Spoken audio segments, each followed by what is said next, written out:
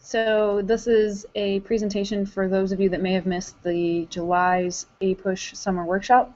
So I'm just going to briefly share with you what we went over. If you have any questions, feel free to email me and I'll do the best that I can to answer whatever questions you may have. Alright, so first, everything that I'm going to be sharing with you, I will be emailing to you. So you'll have this PowerPoint emailed to you along with all the other attachments, and I'm going to show you. So if you have any questions, feel free to have this open up on your computer to go from there.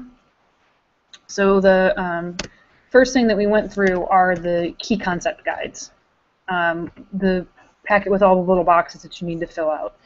Why did we give these to you? What do they mean? How can you use them? The main reason why we gave them to you is because inevitably the ultimate question is, what do I need to study in order to do well on the AP exam? Well, here they all are. The key concepts is everything that you're going to be tested on. If you look at the actual way the key concepts are written, they're really general and really broad. And so it's our job as teachers and students to fill in the specific examples over the course of the year. And so that's what those little boxes are for. But for the most part, it's a study guide for not only every unit, but also for the entire course. MacArthur and I will do our best to break down these key concepts and give them to you in smaller chunks so that instead of getting all of a single period where we gave you all of period 1 over the summer, for the summer, with every other unit, we'll give you the key concepts that you focus on. So instead of focusing on all of these key concepts all at once, we'll give it to you in smaller chunks. In previous years, in the last couple of years, you might have had some teachers that have started to use learning targets on their boards or on a PowerPoint, and they said today's learning target will be blank. Students will be able to do the daily learning target. The key concepts are going to be our daily learning targets. So if they're not daily learning targets, it may be a lesson that takes a day or two. And the idea is that by the end of this lesson, whether it be 1 day, 2 days, or an entire week, by the end of this lesson, you should be able to understand and thoroughly explain key concept 1.3. So these key concepts are learning targets, and they're supposed to be checkpoints for us as teachers and for you as students to check to make sure that you actually are learning what you need to and to figure out what you still need work on, what we as teachers need to continue to work on, what your strengths are, what your weaknesses are, maybe areas that you might need to go back and study or review, or more specifically, possibly come in for help. Last but not least, these key concepts are supposed to be a guide to your acquisition of knowledge. They're a guide to what you should be reading for and a guide to what you should be taking notes on. And again, they're really general and really broad, but you don't need to know everything. Giving us a couple of really good, detailed examples that can be connected to these key concepts are going to serve you a lot better than memorizing everything. So let me give you an example as to what I mean in regards to that one. And I'm going to start with this one right here. So this is key concept 1.2 B. So new crops from the Americas stimulated European population growth, while new sources of mineral wealth facilitated the European shift from feudalism to capitalism. So when you're filling out your key concept guide, this is what MacArthur and I kind of had in mind. On some of these, we gave you the examples. So an example would be corn. Well, what's corn an example of? First of all, before I even worry about connecting it to the key concept, I have to define or describe corn, which is really hard to do, by the way. So if you struggle on this one, we need to talk about your academic placement. But all kidding aside, corn was and is an agricultural crop that is not labor intensive, that a lot of Native Americans used as their primary source of food. Done. That's it. That's corn. The relationship to the thesis or the key concept, in this case the key concept up here, new crops from the Americas that stimulated European growth, population growth, while new sources of mineral wealth facilitated the European shift from feudalism to capitalism. All right, well, it's a crop, so I'm going to stick with what I know. So how could corn, which is an agricultural food product that is not labor intensive, stimulate population growth? Well, there you go.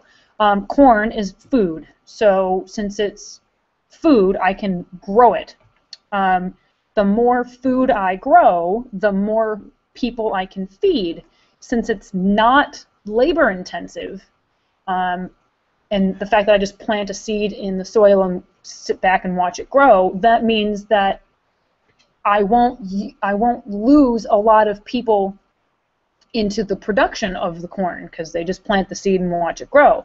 So there'll be bountiful harvests of corn to feed a lot of people. And since there's a lot of extra food, more people will then be born because they can eat, and there you go, European population growth. Done. Potatoes. Guess what? While not the same type of food as corn, it's, again, food, so the relationship or the connection to the key concept for potatoes is going to be very similar to that of corn. Where it gets really interesting is in this mystery box, the box that's not filled out for you. So I've given you, or MacArthur and I have given you, 2 examples that would support this key concept up here, specifically with the new crops. But maybe we didn't talk about mineral wealth. I mean, you could connect corn to mineral wealth.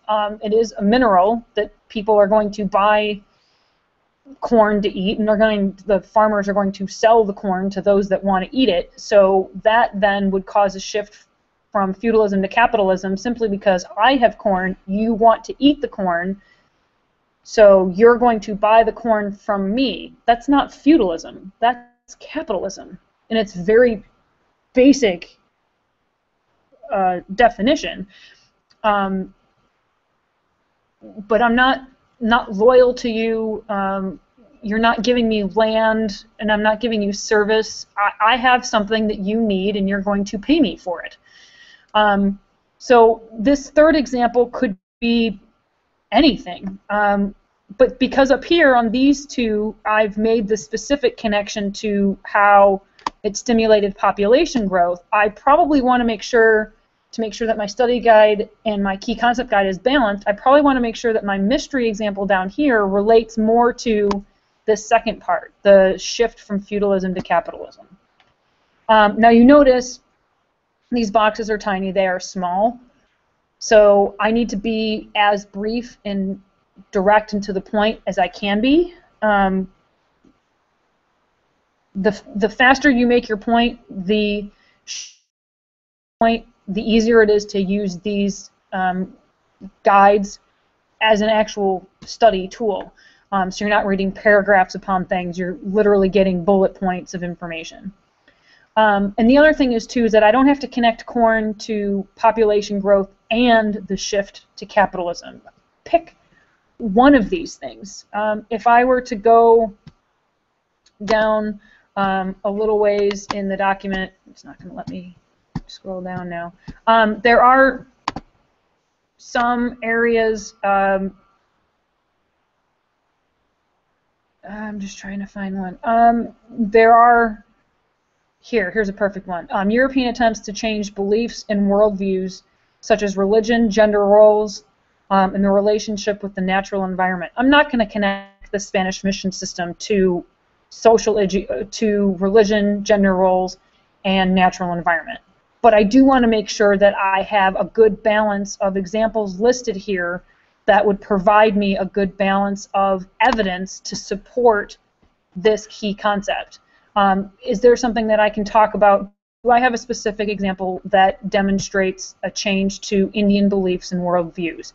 Do I have an example of a change to natural environment? Do I have an example of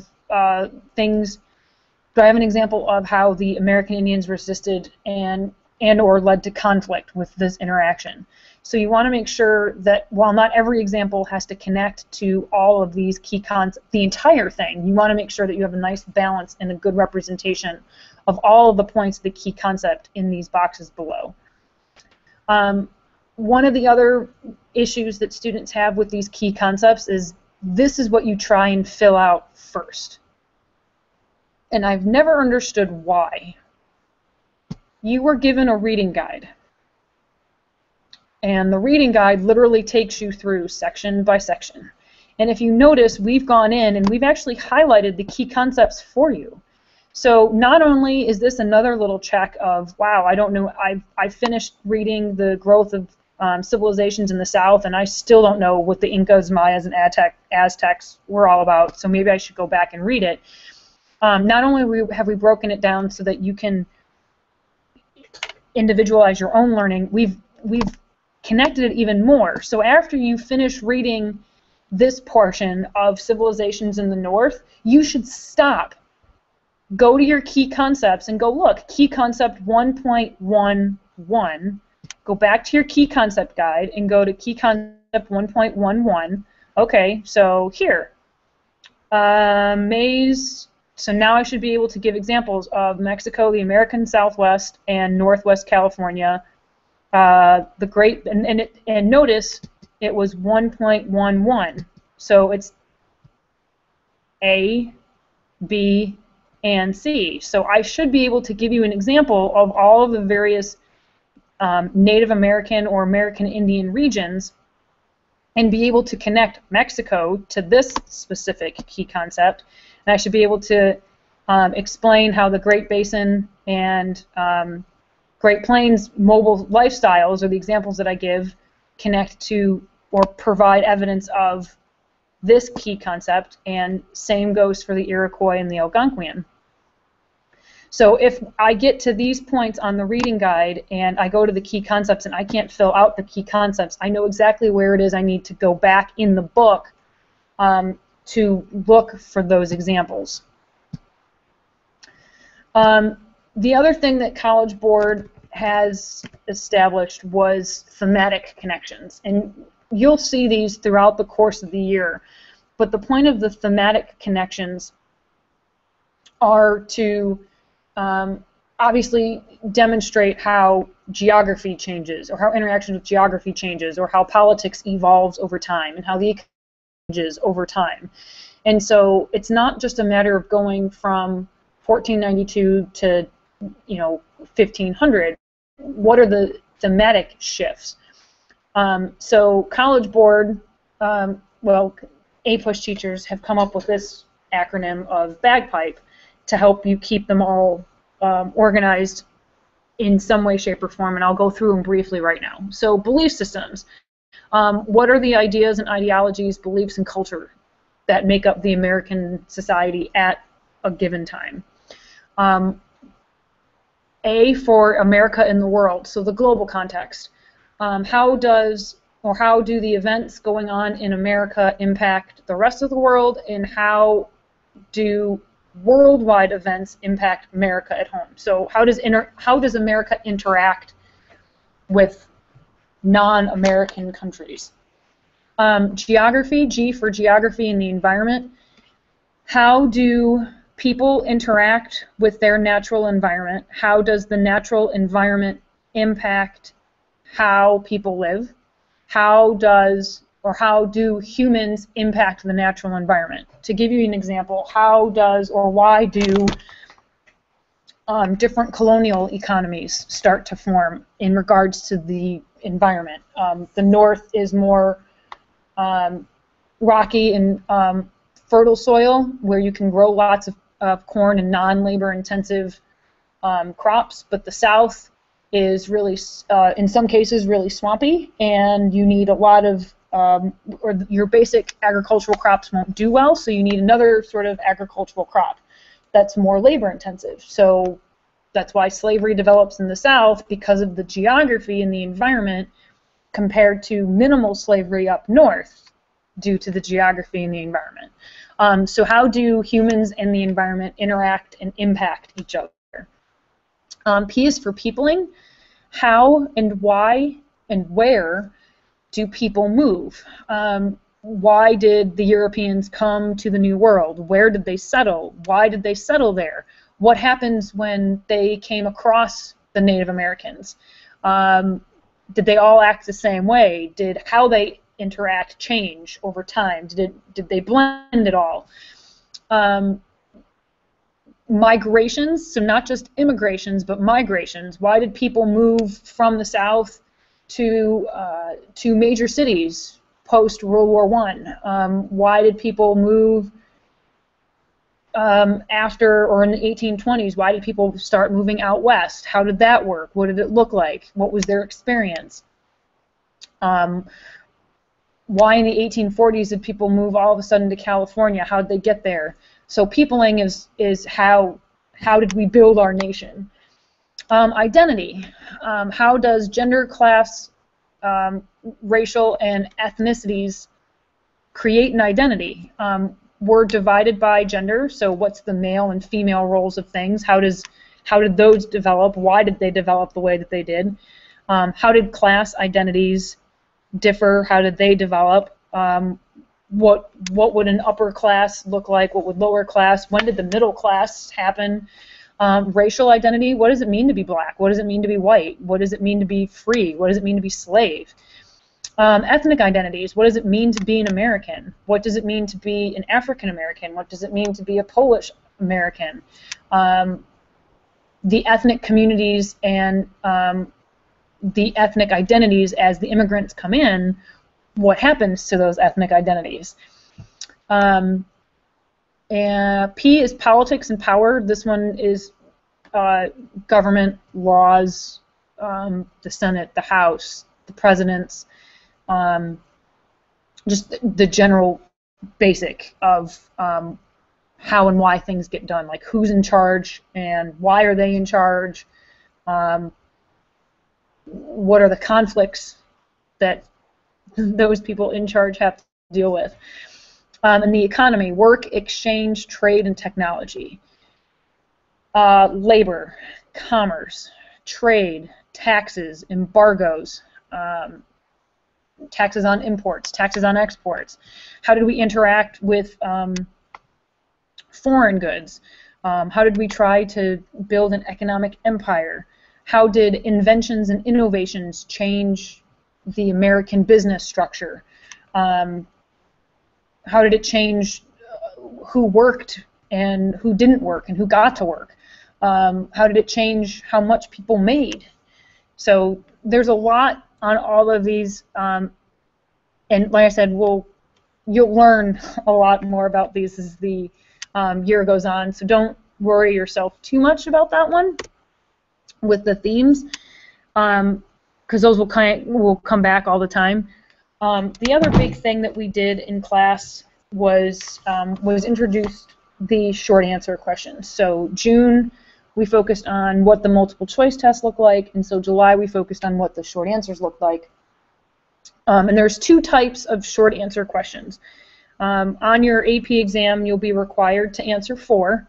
3 will be for a score, and a 4th question will be given to you but not scored. It's a trial question.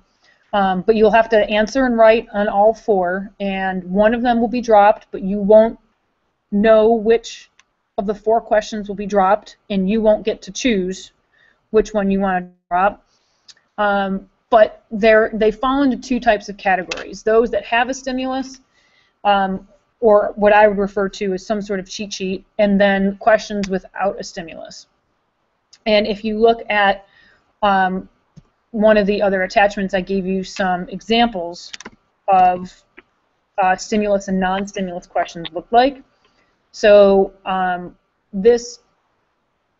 gave you 4. So the first 2 are non-stimulus questions, and the key with the short answer questions is to keep it simple and follow directions. So this is literally a test on your ability to read and follow directions. If you think of the short answer questions as nothing more than a checklist of did I do what the question asked me to do, yes or no, in a detailed manner, you get the point. The short answer questions are all worth 3 points because there's 3 parts. So you either successfully and thoroughly answer part A to get the point, or you don't, and you don't get the point. So what do I need to do in part A in order to get a point? Really simple. Give one example and explain one example of how contact between Native Americans and Europeans brought changes to Native American societies from 1492 to 1700. So I have 200 plus years of interactions, then I need to pick one example and explain how the interactions between Native Americans and Europeans changed Native American society. That's it. One example. But it has to be really specific. I can't just say disease decreased population of Native American societies. What disease? If I said smallpox, and then explained how smallpox caused a decrease in Native American societies because of the lack of immune systems, or the lack of immunity that the Native Americans had to European diseases, it caused a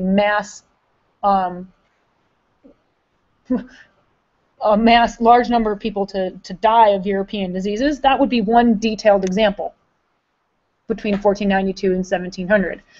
Done. I've done that. Part B, give me a second example. Oh, okay, so now you want a second one. So now I did smallpox, and I decreased population due to the lack of an immune system on the Native American part. So a second example would be the Native Americans began to, some Native Americans began to trade with the French.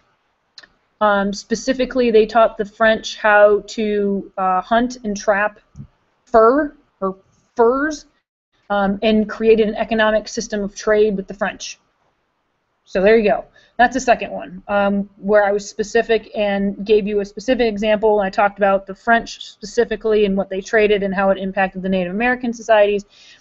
And then part C, give me one example of how Native American societies resisted change. Native Americans resisted change as seen through the Pueblo Revolt, in which the Pueblos were revolting against the Spanish labor systems of the encomiendas, and also the forcing of the Spanish Catholic religion on the Native American societies.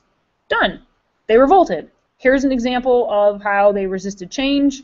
I explained what change they were resisting, and it was how the Native Americans resisted European change in the same period.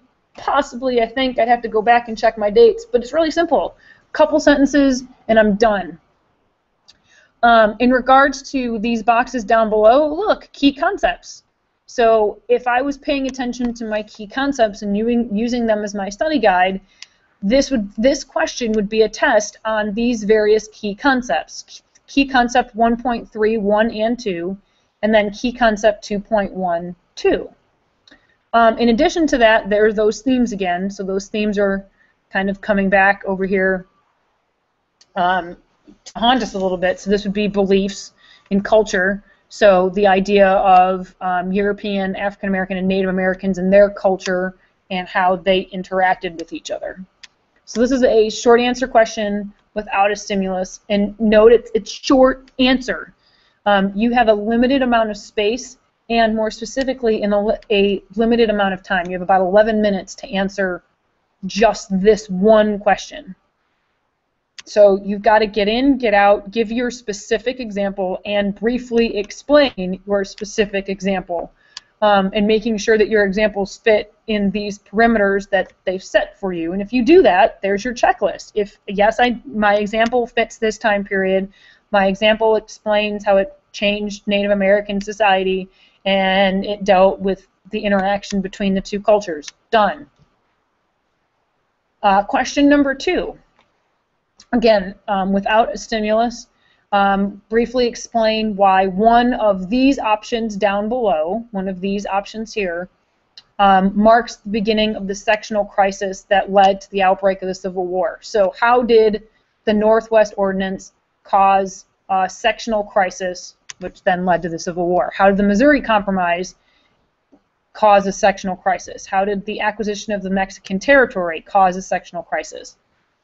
So now I have to pick and figure out which one of these three I feel I can explain clearly in regards to how did this particular event cause a sectional crisis that then could be said to cause the Civil War. In regards to the short answers, one of the other things you need to be aware of, and this is a good example of it, you might not get this question assigned to you in class until we're just about done with the antebellum era unit.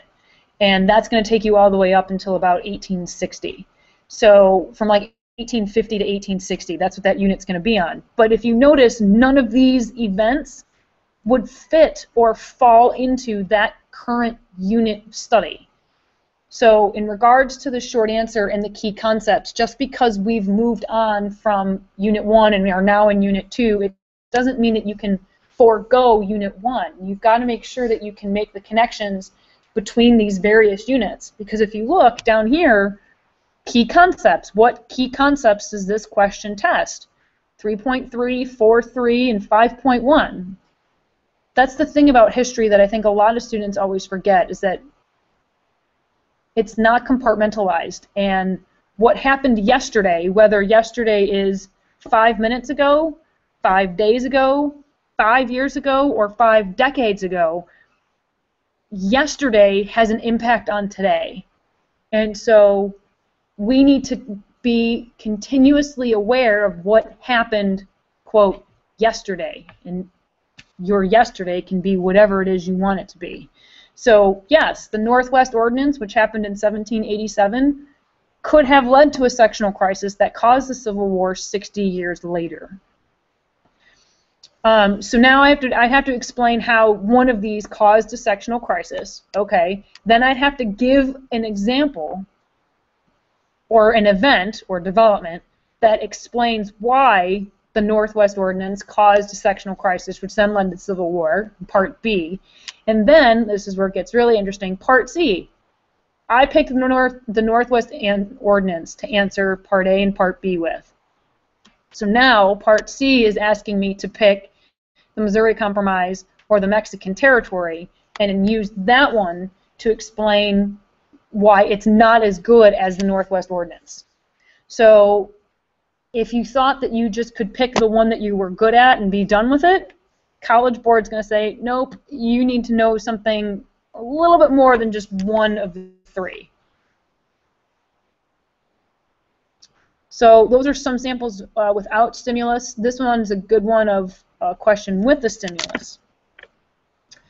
Political cartoons and artwork, College Board loves them. So this is your cheat sheet. So give me the point of view that the artist expresses about the economy, looking at this image. So College Board is telling you right off the bat that this image has something to do with the economy in 1883. So I need to figure out what message about the economy the artist is trying to send. Done. And then I can use the captions and whatever detail I can find. The captions are the titles of the primary source to help me figure that all out. So now Part B is asking for a specific piece of evidence that I could use to say, you know what, this perspective of the artist is accurate. And then Part C is asking me to say, give me a piece of evidence that challenges the point, that says, you know what, this is not an accurate depiction because this event happened, or because these movements were going on. So a lot of it again is kind of a checklist. Like, am I doing what I need to be doing? And another one that College Board likes is historians or differing opinions on history. So you have two passages here, and here you go, checklist. Give me one difference between passage 1 and passage 2. So clearly there's a difference between these two. What is it?